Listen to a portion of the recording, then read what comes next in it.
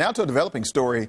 DaBaby's shopping spree on Rodeo Drive got cut short Thursday when Beverly Hills cops arrested him on a gun charge. So what happened here, producer Chris?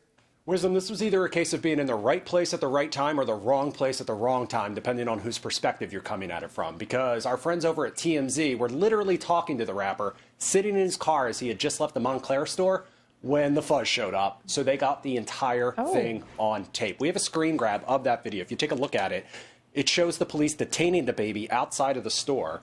Police told TMZ that someone inside the store called to report DaBaby and his crew had weapons when they showed up. Later in the video, you can see a cop searching DaBaby's car and pulling out a loaded handgun. TMZ says DaBaby now faces a misdemeanor charge. I watched the entire 3-minute video on their website, and I'll be honest with you, he didn't seem too fazed by the entire thing. There's one scene where he's in handcuffs, dancing on the sidewalk. He's had some trouble with the law before in his past, but he's riding high right now, so I hope he gets this stuff together. Well, I think that people also forget in 2018, DaBaby got a lot of notoriety because he actually murdered somebody carrying a gun in Walmart. Someone tried to come kill him in Walmart with his baby mama and his daughter at the time, and he killed them. So first of all, DaBaby carrying weapons after someone tried to kill you is not a surprise to me. What is the surprise to me is the fact that the police did detain his whole crew, but DaBaby was the only one who got actually arrested and pressed with charges. So I'm confused. If I'm paying all this money for a security team, I'm sorry, but part of that contract is going to say, somebody's taking these cases for me. I'm not taking it. What's the point of having security if no one's ever going to take the charge but him? He gets arrested in almost every major city he's in.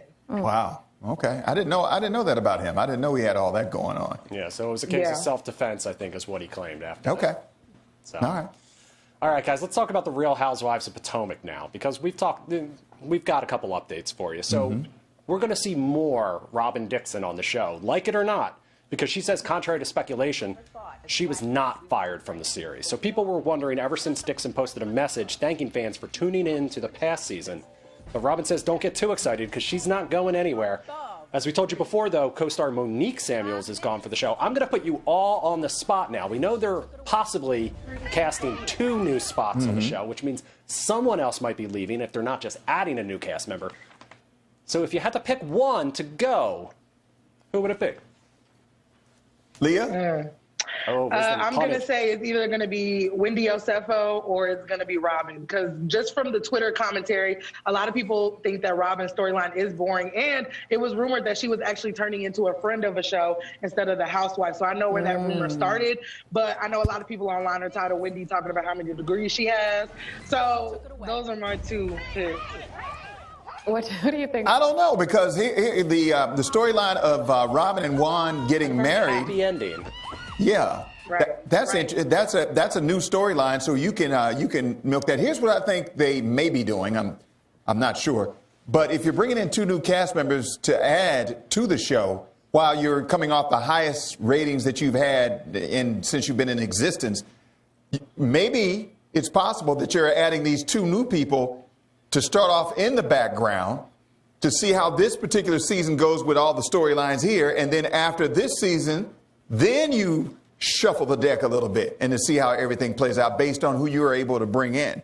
So that's my take on the whole thing. That's a great idea. Yeah, just to have some backups, just in case it doesn't go like you want it to go. Here's the thing real quick. I'm terrible at this because this whole time I'm like, I like Robin. She's cool. She's laid back. And I'm like, no, that's a problem.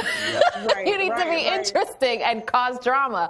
But I do think that given what happened last season and the ratings that they got, maybe you need 2 people, right? One to replace, another as an addition to up the ante. Because, I mean, you've got to figure out a way to keep things interesting given the high that we just came off of with this last season.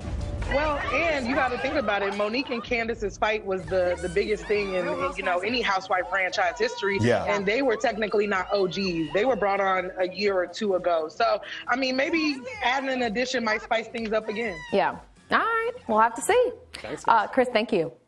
Next up, an actress on Netflix's hit show